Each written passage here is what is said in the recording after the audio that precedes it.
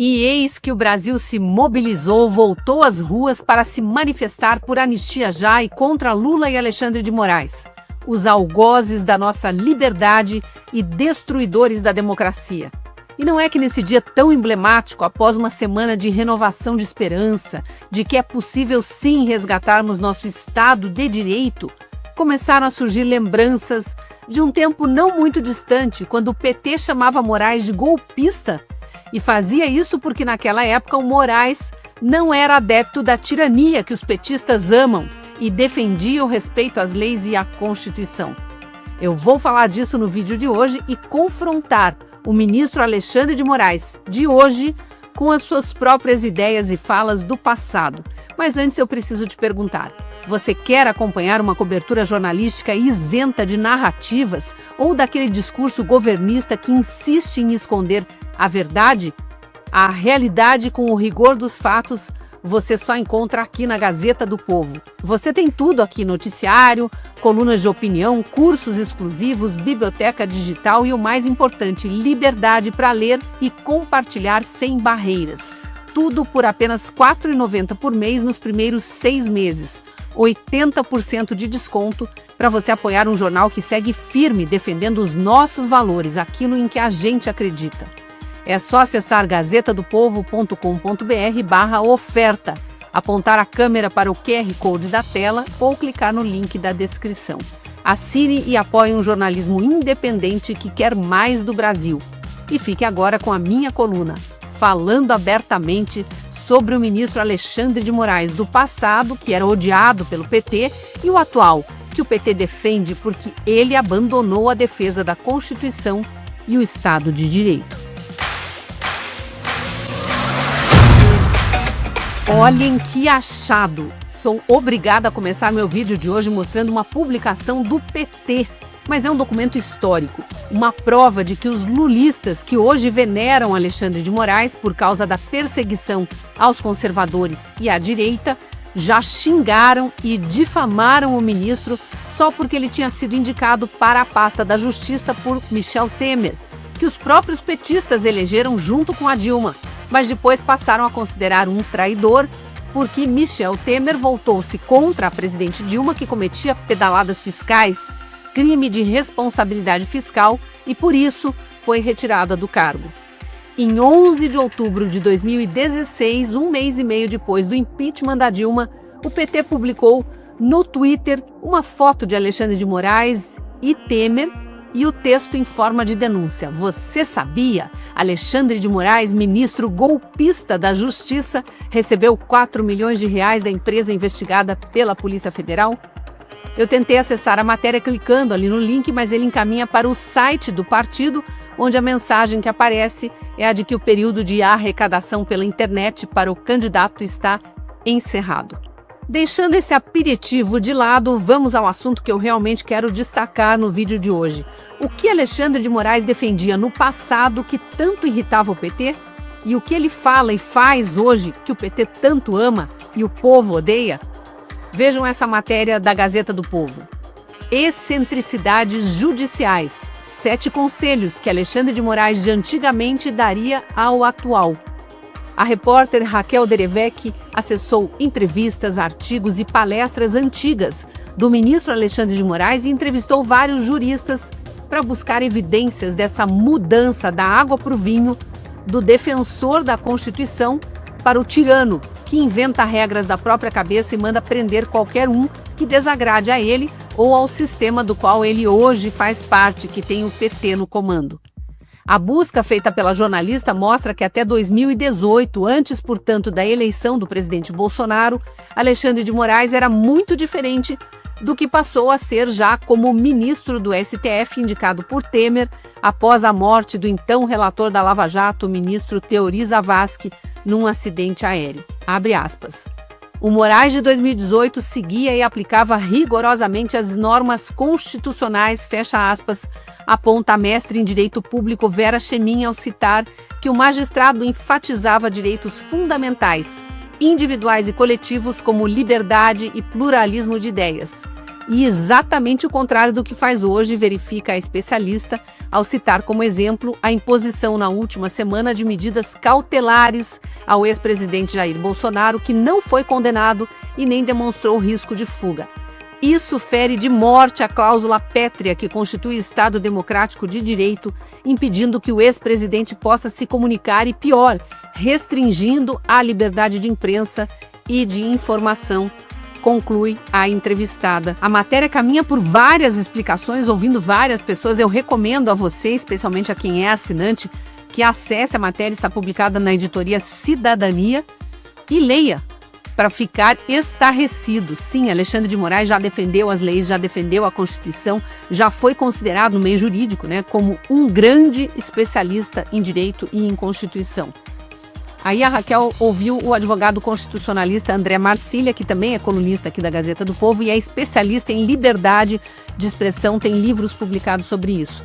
E ele lembra que até 2018 o Alexandre de Moraes falava o seguinte, que as pessoas que se ofendem não têm o direito de cercear a opinião dos outros.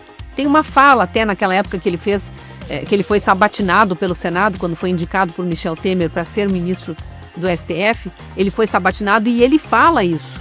As pessoas que se ofendem, que não querem ser criticadas, que nem se apresentem para a vida pública, que não concorram a eleições ou que não queiram assumir cargos públicos. Assumindo que ele, num cargo público, ele estava sendo sabatinado ali para assumir a vaga no STF, não iria atrás de quem o criticasse. É diferente, do que acontece hoje. O próprio André Marcília está lembrando que o ministro passou a agir exatamente conforme ele criticava, tomando decisões opostas à Constituição e ao Estado Democrático de Direito. Outra entrevista interessante que tem aqui é com a consultora jurídica Kátia Magalhães, que está destacando o ano de 2019 como um ponto de inflexão. Quando Dias Toffoli, então presidente do STF, abre aquele inquérito absurdo das fake news, que até hoje não terminou, e dá a relatoria desse inquérito para Alexandre de Moraes, sem passar por sorteio, que seria a regra normal ali da Suprema Corte, que a partir daquele momento há um ponto de inflexão nas opiniões jurídicas do Alexandre de Moraes. Ele começou a ferir um outro entendimento que 2 anos antes ele deixava claro, que é o de que há limites para a interpretação judicial. Então o Alexandre de Moraes, anterior a 2019, anterior ao inquérito das fake news, achava que os juízes precisam ter um freio. Depois disso, a gente sabe, Ele é um juiz que interpreta do jeito que quer a Constituição. Uma frase dita por Moraes em 11 de dezembro de 2017, 8 meses após se tornar ministro do STF, e tem um vídeo disponibilizado na matéria da Gazeta do Povo, que eu vou colocar aqui para a gente ver, que ele está disponível no canal do YouTube da Fundação Fernando Henrique Cardoso. Tem falas que contrariam as atuais posições do Alexandre de Moraes, exatamente sobre o comportamento de juízes. Veja aí.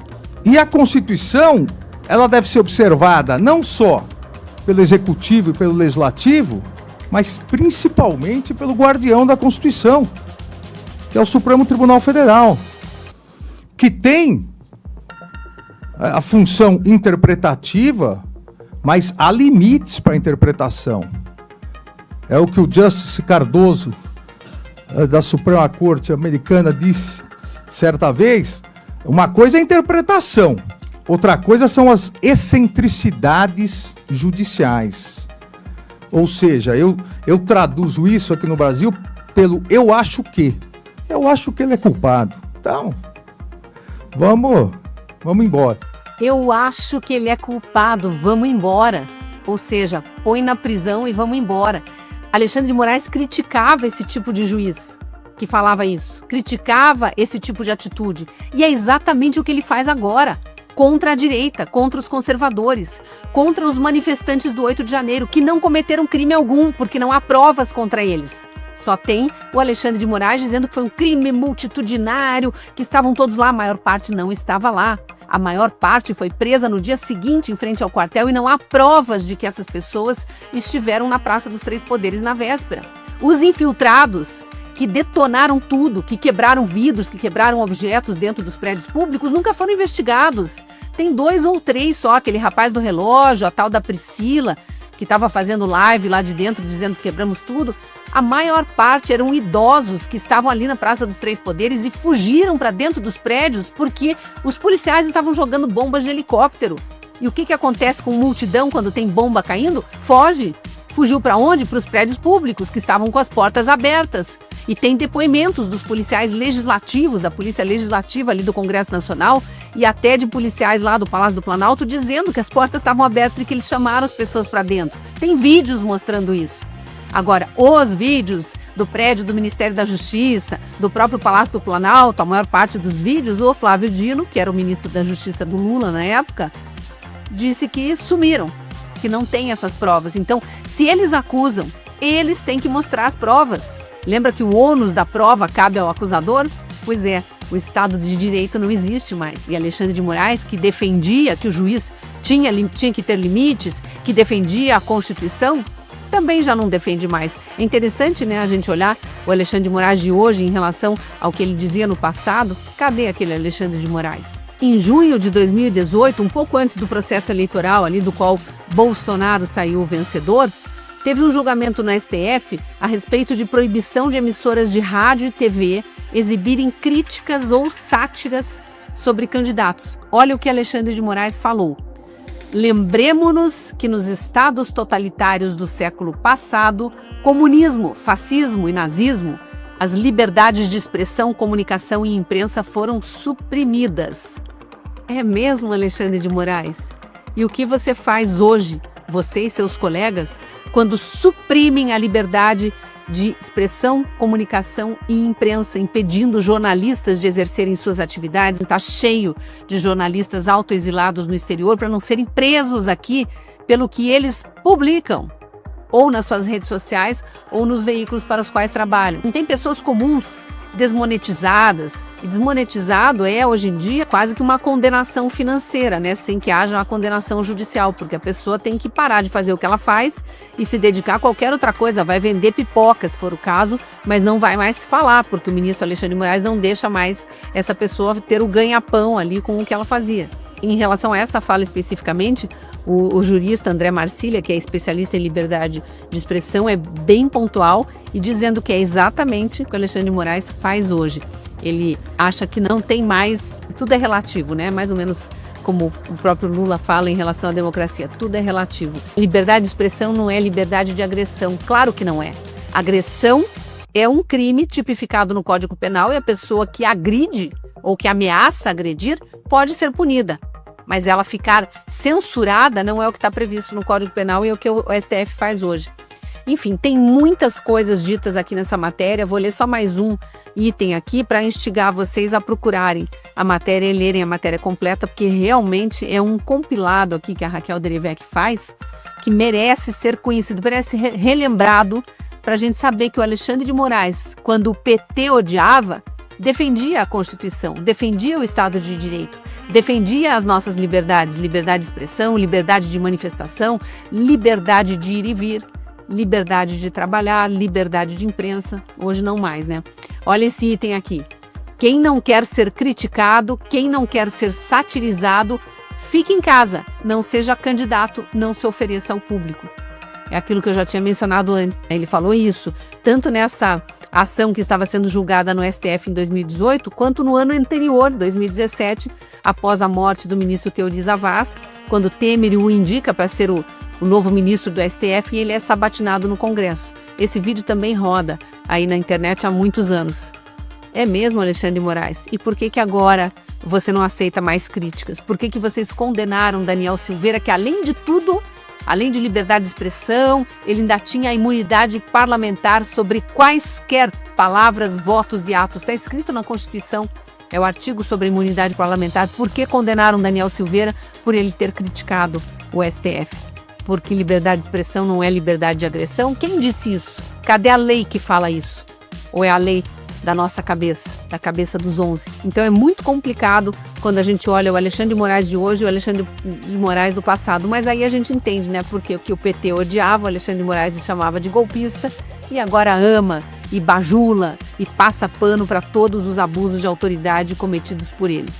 Para encerrar, nesse dia histórico em que o Brasil inteiro voltou às ruas, após uma semana histórica em que a gente viu sanções internacionais finalmente chegando sobre o tirano brasileiro que abusa da autoridade, que ataca os direitos humanos, infringindo inclusive tratados internacionais dos quais o Brasil é signatário e colocando o Brasil numa condição de pária internacional. Neste domingo vamos dormir mais leves e vamos começar a semana mais leves, seguindo nas ruas, seguindo atentos, seguindo com buzinaços, com nossas críticas, exercendo nossa liberdade de expressão, com respeito aos demais, com respeito aos direitos humanos que nós respeitamos, né?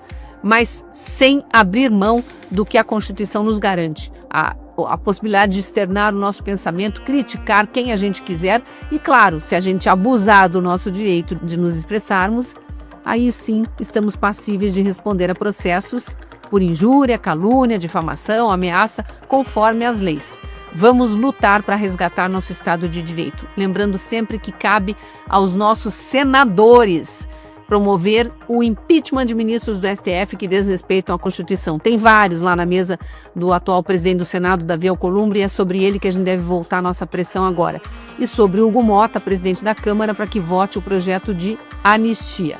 Eu sou a Cristina Grêmio, essa é a coluna Falando Abertamente, e eu te convido mais uma vez para acessar o QR Code da tela ou o link da descrição ou gazetadopovo.com.br/oferta e vir ser nosso assinante. R$ 4,90 por mês nos primeiros 6 meses para ter acesso a todo o conteúdo do jornal. Eu sou colunista na Gazeta e te espero lá. R$ 4,90 por mês nos 6 primeiros meses para assinar a Gazeta do Povo. Leia um grande jornal novamente, no momento em que o Brasil precisa da verdade. Basta clicar no botão que está aparecendo na sua tela para garantir acesso ilimitado à Gazeta, com 90% de desconto. Escolha a melhor informação para você e para sua família. Nós lutamos pelo futuro que o Brasil merece. Gazeta do Povo.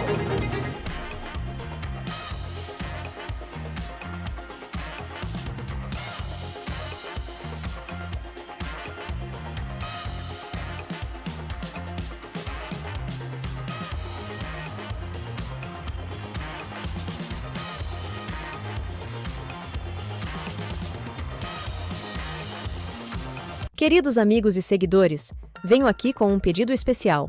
Nosso canal foi desmonetizado. Se vocês gostam do que fazemos e acreditam no nosso trabalho, considere nos apoiar a partir de R$1 neste QR Code via Pix, ou adquira algum produto de nossa loja. Cada pequeno gesto de apoio faz uma diferença enorme. Nosso conteúdo é de graça e sempre será. Nos apoie. Muito obrigado!